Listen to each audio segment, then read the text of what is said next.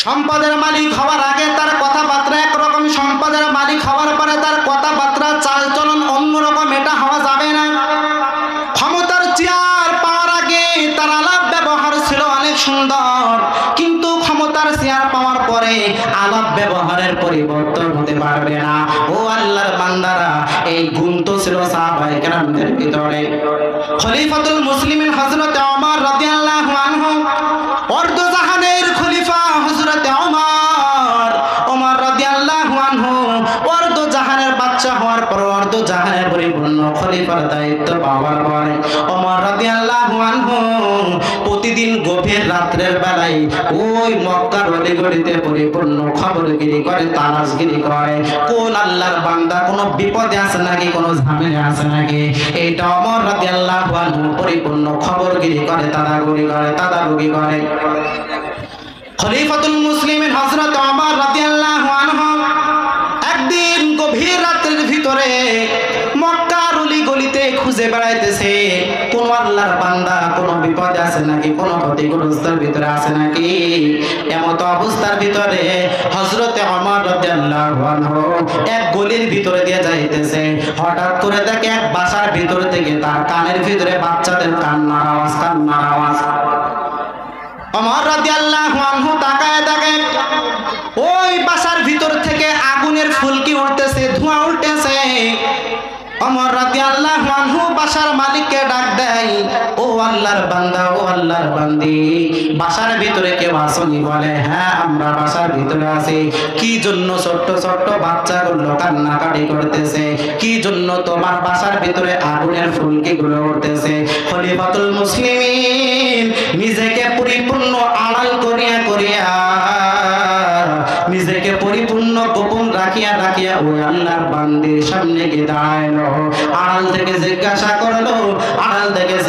করার পর খলিফাতুল মুসলিমিন ওমর রাদিয়াল্লাহু আনহুর প্রশ্ন করার পর ওই আল্লাহর বান্দি বাসার ভিতর থেকে জবাব দেয়, আমার ভাই। ওই আল্লাহর বান্দি বুঝতে পারে নাই যে আমার বাসার ভিতরেই খলিফাতুল মুসলিমিন হযরত ওমর দাঁড়ানো। খলিফাতুল মুসলিমিন ওমর নিজের পরিচয়টাও দেয় না, গোপনে গোপনে দেখে বেড়াইতেছে এলাকার ভিতরে কেউ কোনো ক্ষতিগ্রস্তর ভিতরে আছে নাকি, কোনো বিপদের ভিতরে আছে নাকি। ওই আল্লাহর বান্দি জানায় দেয়, ও ভাই, আমার স্বামী যুদ্ধের ভিতরে পরিপূর্ণ শাহাদাত বরণ করেছে। দীর্ঘদিন ধরে আমার বাসায় কোনো খাবারের ব্যবস্থা নাই। আমার 3টা সন্তান খাবারের জন্য কান্নাকাটি করে। আমি মা হইয়া আমার সন্তানদের মুখে কোনো খাবার আমি দিতে পারি না, যার কারণে আমার সন্তানগুলোর কান্না আমি থামানোর জন্য এই গভীর রজনীতে, এই গভীর রাত্রের ভিতরে আমি মা আমার সন্তানদেরকে একটু সান্ত্বনা দেওয়ার জন্য চুলার ভিতরে আমি একটা পাতিলে কিছু পানি গরম করতে দিয়েছি, আর আমি ওই পানিগুলো একটু নাড়াচাড়া করতেছি, যেন আমার সন্তানগুলো বুঝতে পারে যে আমার মা কোনো খাবার হয়তো আমাদের জন্য রেডি করতেছে। কিন্তু ভাই আমার, ওই আকার ভিতরে, ওই চুলার ভিতরে কোনো খাবার নাই। ওই চুলার ভিতরে একমাত্র গরম পানি ছাড়া আর কিছু নাই। ও ভাই আমার বাসার ভিতরে কোনো খাবার নাই।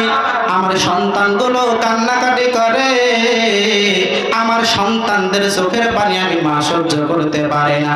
ও আল্লাহর বান্দা, এই অর্ধজাহানের খলিফা হযরতে ওমর, সে এখনো পর্যন্ত কোনোদিন আমাদের কোনো খোঁজ খবর নেওয়ার জন্য আসে নাই। তাকে আমি আল্লাহর আদালতে পরিপূর্ণ আসামির কাঠগড়ায় দাঁড় করাই দেব, পরিপূর্ণ দাঁড় করাই দেব। খলিফাতুল মুসলিমিন হযরতে ওমর রাদিয়াল্লাহু আনহু দৌড়ায় চলে গেল বাইতুল মালের কিনারায়। বাইতুল মালের কিনারায় যাওয়ার পর খলিফাতুল মুসলিমিন হযরতে ওমর রাদিয়াল্লাহু আনহু আটার বস্তাটা নিজের মাথায় পরিপূর্ণ তুলে রওনা করেছেন। পিছন থেকে খাদেমগণ ডাক দিয়ে বলে, খলিফাতুল মুসলিমিন, আপনি নিজে কেন আটার বস্তা মাথায় তুললেন? আপনি নিজে কেন আটার বস্তা তুলে আপনি কেন রওনা করতেছেন? আমরা তো আছি। ওমর রাদিয়াল্লাহু আনহু ডাক দিয়ে বলে, ও আমার ভাই, আমি ওমরকে যদি কিয়ামতের মাঠে আল্লাহর সামনে যদি আসামির কাঠগড়ায় দাঁড় করাই, আমি উমর যদি ওই দিন দোষী সাব্যস্ত হয়ে যায়, সেই দিন তোমাদের মতো মানুষ কেউ তো আমি উমরের জন্য একটু মায়া কান্না করবে না, আমি উমরের জন্য একটু বিন্দু পরিমাণে দয়াও দেখাবে না। আল্লাহর বান্দা উমর রাদিয়াল্লাহু আনহু তার খাদেমদেরকে লইয়া রওনা করেছেন, ওই আল্লাহর বান্দির বাসার ভিতরে রওনা করেছেন। খলিফাতুল মুসলিমিন জানায় দিল, খাদেমদেরকে বলল তোমরা অল্প কিছু গোস্তের টুকরা আনো, এক আল্লাহর বান্দির বাসার ভিতরে পরিপূর্ণ যাওয়া লাগবে। এরপরে ওমর ওই বাসায় গিয়ে পরিপূর্ণ সালাম জানায় দিল। সালাম জানায় দেওয়ার পর ওমর রাদিয়াল্লাহু আনহু নিজের হাতে আটা তৈরি করিয়া নিজের হাতে রুটিগুলো বানায়া গোস্ত এবং রুটিগুলো ছোট্ট ছোট্ট বাচ্চাদেরকে খাওয়াইলো এবং ওই মাকেও পরিপূর্ণ খাওয়াই দিল। হযরত ওমর রাদিয়াল্লাহু আনহু চোখের পানি ছেড়ে কান্নাকাটি করে, আল্লাহ রাব্বুল আলামিন আমাকে অর্ধ জাহানের খলিফা বানাইছেন, আমি আমার দায়িত্ব সুন্দরভাবে পালন করতে পারি না, এর কারণে আল্লাহর দরবারে যদি আমার দাঁড়ানো লাগে, ওই দিন তো আমি উমরের কোনো পথ থাকবে না, আমি ওমর ওই দিন আসামির কাঠগড়ায় দাঁড়াইলে আমার কি উপায় হইবে। ওমর রাদিয়াল্লাহু আনহু ওই আল্লাহকে ডাকতে বলে, আটার বস্তা দিয়ে গেলাম, কিছু প্রয়োজন দিয়ে গেলাম, আবার আটা শেষ হওয়ার আগে আমি তোমার বাসায় আমি হাজির হয়ে যাইব, খবরগিরি করব, তদারকি নিব। এরপরে ওমর রাদিয়াল্লাহু আনহু গভীর রজনীতে মসজিদে নববীর ভিতরে চলে গেলেন। মসজিদে নববীর ভিতরে যাওয়ার পর ফজরের নামাজের ইমামতি ওমর রাদিয়াল্লাহু আনহু করার পর সালাম ফিরানোর পর সমস্ত সাহাবীদেরকে জানায় দেন, ও আমার সাহাবী ভাই, আমার নবীজির যারা সাহাবী আছো আমার ভাইয়েরা, তোমরা সকলে নামাজের পরে বসে যাও, কেউ বাসার ভিতরে যাইবে না। আজকে এক অপরাধীর বিচার করা হইবে, আজকে একজনের বিচার করা হইবে।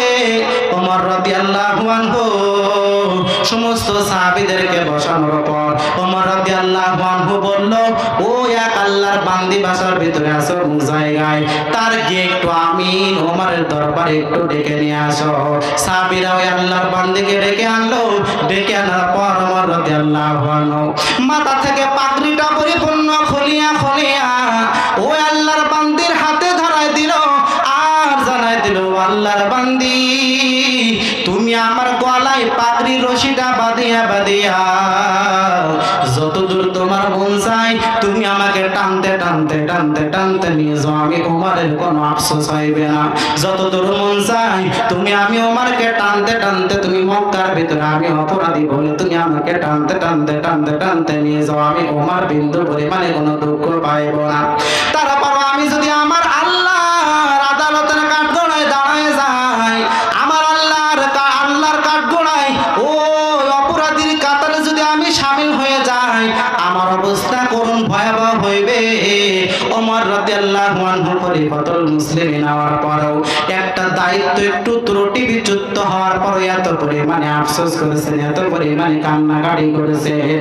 আজকে আমরা মেম্বার হওয়ার জন্য পাগল হইয়া যাই, আজকে আমরা চেয়ারম্যান হওয়ার জন্য পাগল হইয়া যাই, আজকে আমরা এমপি হওয়ার জন্য পাগল হইয়া যাই। ও আল্লাহর বান্দারা, আগে সর্বপ্রথমে চিন্তা করা লাগবে, সর্বপ্রথমে আপনাকে ভাবা লাগবে আপনি যে এমপিতে দাঁড়াইছেন, এমপি হওয়ার পরে আপনি এমপি গিরির দায়িত্ব পরিপূর্ণ পালন করতে পারবেন কিনা।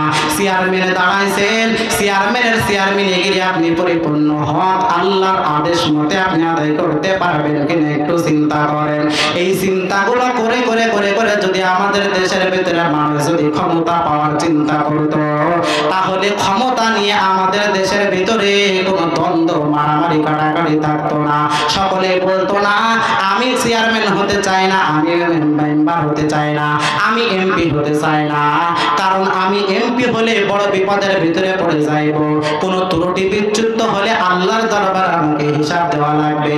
এই চিন্তা যদি আমাদের ভিতরে থাকতো, তাহলে ক্ষমতা নিয়ে আমাদের দেশে মারামারি কাটাকাটি থাকতো না। জোরে চিল্লাই বলেন ঠিক কিনা? এরপরে এই চিন্তাধারা আমাদের ভিতরে পরিপূর্ণ ঢোকানো লাগবে। ইয়ামশুনা আলাল আরদি হাওনা। আল্লাহ রাব্বুল আলামিন জানায় দেন ইবাদুর রহমানের গুণ হলো নমনীয়, নম্রতা, ভদ্রতা। তাহলে উমার পরিপূর্ণ নম্রতা ভদ্রতার পরিচয় দিয়ে আগাইল। আমরাও এই নমনীয় বিনয়ের পরিচয় দিয়ে আমাদের জীবনটা আমরা পার করতে চাই। কে কে পার করতে চাই? দুইটা হাত আল্লাহকে দেখায় দেন। আয় রব্বুল আলামিন, আমাদেরকে আপনি পরিপূর্ণ নমনীয়তার পরিচয় ঢুকায় দেন, আমাদের ভিতরে আপনি বিনয়ের পরিচয় ঢুকায় দেন, আমাদেরকে আপনি পরিপূর্ণ বিনয় বানায় দেন, আমাদেরকে আপনি পরিপূর্ণ ইবাদুর রহমানদের তালিকায় পরিপূর্ণ আপনি শামিল করে দেন। বলেন আমিন।